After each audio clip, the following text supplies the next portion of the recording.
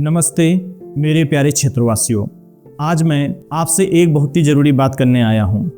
हमारा वोट सिर्फ एक निशान ही नहीं बल्कि हमारे क्षेत्र का भविष्य तय करने वाला फैसला है। हर चुनाव में हम एक नेता चुनते हैं, लेकिन सवाल यह है हम उसे कैसे चुनें। क्या उसकी लाचारी देखकर, उसकी गरीबी अमीरी की कहानी सुनकर, उसकी भावनात्मक अपील से प्रभावित होकर, या मीट शराब धन बल के प्रवाह के आधार पर? नहीं दोस्तों, हमें अपने नेता को उसकी काबिलियत और दूरदर्शिता के आधार पर चुनना होगा। आंसू बहाकर, पैर पकड़कर, झूठी और भावनात्मक कहानियां सुनाकर चुनाव जीता जा सकता है, लेकिन अच्छा नेतृत्व और काबिल नेता तैयार नहीं हो सकता है। यह केवल काबिलियत, ईमानदारी और निरंतर मेहनत से ही बन सकता है, जो क्षेत्र की प्रगति का आधार है। अब प्रश्न उठता है कि हमें अपने नेता में क्या देखना चाहिए। सबसे पहले उसकी काबिलियत, उसका विजन, विकास के प्रति उसकी सोच। क्या वह शिक्षा, स्वास्थ्य, रोजगार और विकास जैसे मुद्दों पर काम कर सकता है? क्या उसके पास समझ और परिणाम देने की क्षमता है? क्या उसके पास दूरदृष्टिता है? क्या उसके पास भविष्य के लिए एक अच्छा रोड मैप है? क्या उसके पास योजनाओं को डिजाइन करने का हुनर है? हमें ऐसा नेता चाहिए जो आज की ज़रूरतों के साथ साथ आने वाले कल की चुनौतियों को भी देखे। मसलन जलवायु परिवर्तन, तकनीकी बदलाव और आर्थिक मजबूती। क्या वह इन सब के लिए तैयार है? एक सक्षम और दूरदर्शी नेता हमें सिर्फ वादे नहीं देता है बल्कि रास्ता दिखाता है।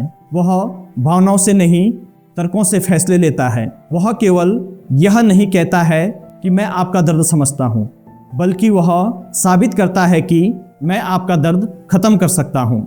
ऐसा नेता ही हमारे क्षेत्र को मजबूत और समृद्ध बना सकता है। आज के नेताओं को केवल भौतिक ढांचे के निर्माण तक सीमित नहीं रहना चाहिए, जैसे कि दीवारों का निर्माण, रास्तों का निर्माण, नालियों का निर्माण, पुलिया का निर्माण और इत्यादि। उन्हें सामाजिक, आर्थिक और सांस्कृतिक विकास के क्षेत्रों में भी सक्रिय भूमिका निभानी चाहिए, जैसे कि एजुकेशन एंड स्किल डेवलपमेंट, शिक्षा और कौशल विकास, क्वालिटी एजुकेशन, तकनीकी परीक्षण और स्किल डेवलपमेंट प्रोग्राम कार्यक्रमों में सुधार करने होंगे। हेल्थ एंड वेलफेयर, स्वास्थ्य और कल्याण, स्वास्थ्य सेवाओं का विस्तार, पब्लिक हेल्थ कैंपेनिंग और मेंटल हेल्थ पर ध्यान देना होगा।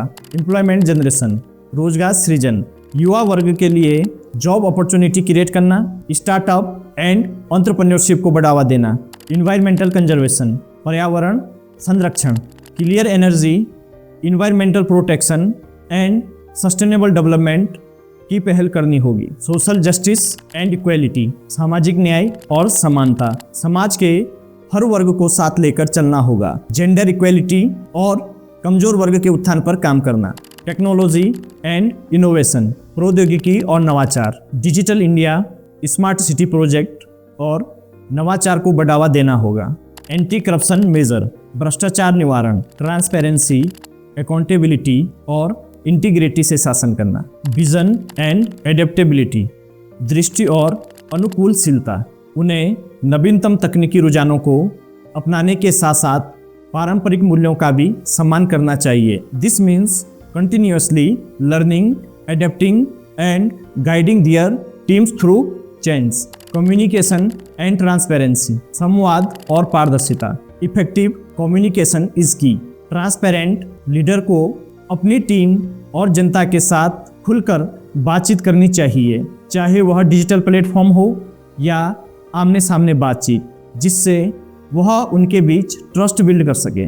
इनोवेशन एंड डिजिटल इम्प्रूवमेंट, नवाचार और डिजिटल सशक्तिकरण। A talented leader should promote a culture of innovation, उन्हें नई तकनीकों और डिजिटलीकरण के माध्यम से सभी वर्गों को सशक्त बनाना चाहिए।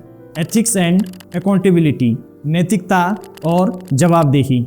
इन द एज ऑफ टेक्नोलॉजी, एक नेता को तकनीकी प्रगति के साथ साथ भौतिक मूल्यों और जवाबदेही को भी प्राथमिकता देनी चाहिए। एम्पावरमेंट एंड इंक्लूजन, सशक्तिकरण और समावेश।